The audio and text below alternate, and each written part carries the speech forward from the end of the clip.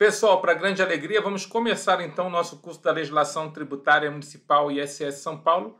Vamos logo, a gente não tem muito tempo, né? O edital já está aberto. A gente vai direto no decreto 62.137, que a princípio no seu corpo, né, no seu anexo único, traz aí o nosso Código Tributário Municipal.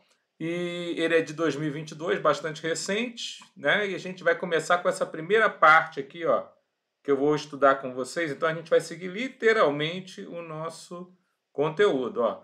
Imposto Predial Urbano. Então, a gente vai começar estudando o IPU, né? Logo depois o ITU, e a soma dos dois vai ser o IPTU aqui no município de São Paulo. Primeira coisa a dizer é justamente isso, né, professor? Então, você está me dizendo que aqui em São Paulo a gente tem o Imposto Predial Urbano e o Imposto Territorial Urbano. Nunca tinha ouvido falar sobre isso, mas é uma realidade em muitos municípios brasileiros. Você vai ver que no carnê do IPTU, a prefeitura prefere fazer o cálculo do IPU, do ITU, e depois você vai ver que a soma dos dois, então, vai ser o IPTU. Não é somente isso, né? Não é que toda a área, por exemplo, vai pagar o ITU em territorial urbano e toda a construção vai pagar o IPU. Você vai ver que tem construções que são consideradas não construídas e pagam imposto territorial. Você vai ver que, a princípio, tem territórios que estão vinculados a prédios que pagam imposto predial. Então, a coisa não é tão simples assim, não é só isso aqui, ó, quer ver? É até interessante que eu fiz assim de propósito, né, para o aluno poder pensar. Mas eu estou já explicando para você que não é tão simples como isso aqui que eu vou mostrar para vocês, ó. Aqui, ó.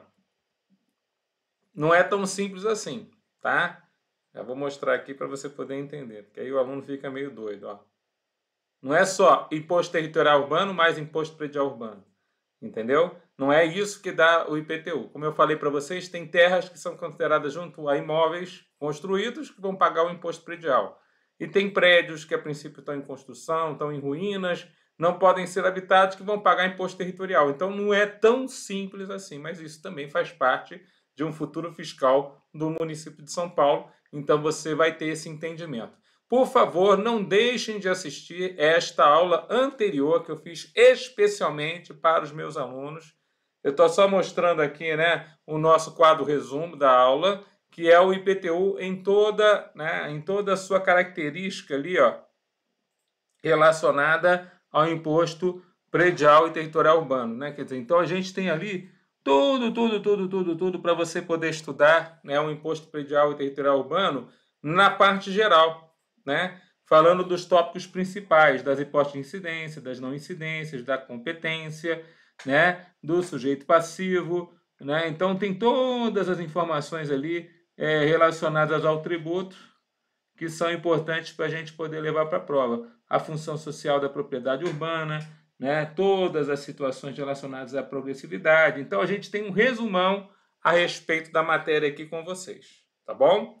Bom, paralelo a isso, vamos lá. Então, a gente tem uma parte ali importante, ali é um quadro, né? Aquele quadro ali, ele traz todas as informações necessárias aí para a gente poder estudar aí a respeito do IPU e do ITU aqui no município. Então, vamos lá. Primeira coisa, ó. Quando você estuda o ITU e o IPU, você tem lá o aspecto temporal e aí você tem que estudar o momento da ocorrência do fato gerador aqui no município. Então, aqui já tem a primeira circunstância mais diferenciada em relação a outros municípios. Nem todo município, em todo o território nacional, cobra o imposto predial ou territorial por causa de uma mudança legislativa no próprio ano de exercício, né? E às vezes ele ultrapassa para o próximo exercício. Então, por exemplo, se você constrói em 2021, só vai ser cobrado sobre aquele acréscimo na sua moradia em 2022. Isso acontece em muitos municípios brasileiros. Mas aqui em São Paulo, no município de São Paulo, qualquer situação relacionada a um acréscimo no seu imóvel pode sim ser considerada tributada pelo município paulista dentro de uma situação de você, a princípio, ter aquela tributação sendo feita no próprio exercício. Então, ele fala que no mês seguinte você vai fazer a tributação sobre aquele acréscimo que você colocou. Então, tem lá o desdobro, tem lá o remembramento, tem lá... Então, tem algumas características interessantes para que o aspecto temporal do faturador não seja 1º de janeiro de cada exercício. Aqui no município de São Paulo nós temos exceções a essa regra.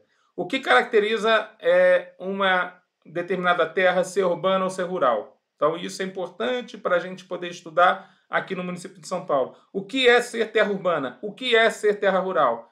Então a gente vai entender que, a princípio, o Estatuto da Terra determina que a finalidade com que você usa a terra é muito importante para estabelecer se a terra é rural.